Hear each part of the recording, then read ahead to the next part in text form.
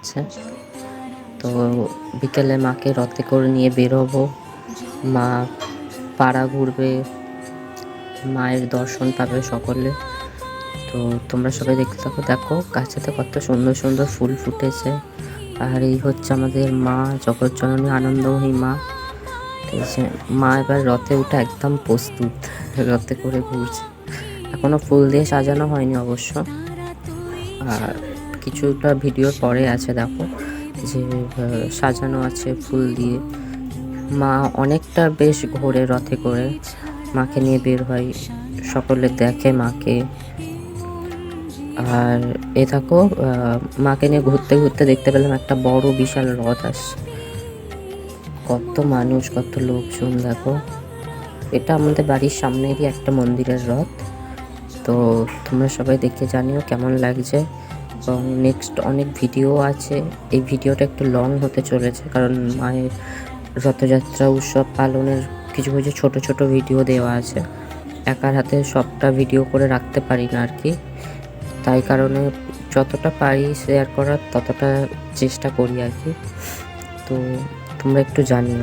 তো ফেসবুকেতে মায়ের রথের ছবি পোস্ট করেছিলাম, সকলে জিজ্ঞেস করেছিলাম মায়ের রথটা কিসের। রথটা হচ্ছে কার্ডবোর্ডের, আমি আর আমার দাদা দুজন মিলে বানিয়েছি হাতেতেই। কারণ এবারে কোনো প্ল্যানই ছিল না যে রথযাত্রায় মাকে বের করব বলে। এটা ছিল মায়ের প্রথম রথযাত্রা, মাকে বের করেছিলাম বাড়ি থেকে। তো রথ আমরা আনতেও গেছিলাম, কিন্তু সেখানে হয়নি কারণ টাইম ছিল না বলে। ওই কারণে আমরা ভাবলাম কি বাড়িতেই বানিয়ে নিই, মাকে ঘুরতে পারবে মা একটু।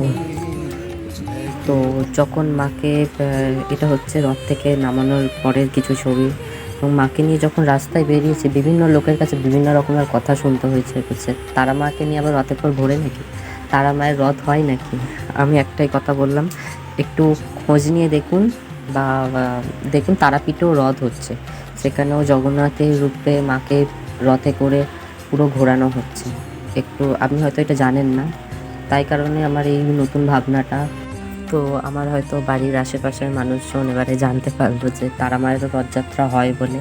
মা প্রায় 1.5 ঘন্টা রথে করে ঘুরেছে এবছরে, 1.5 ঘন্টা রথে করে ঘুরেছে।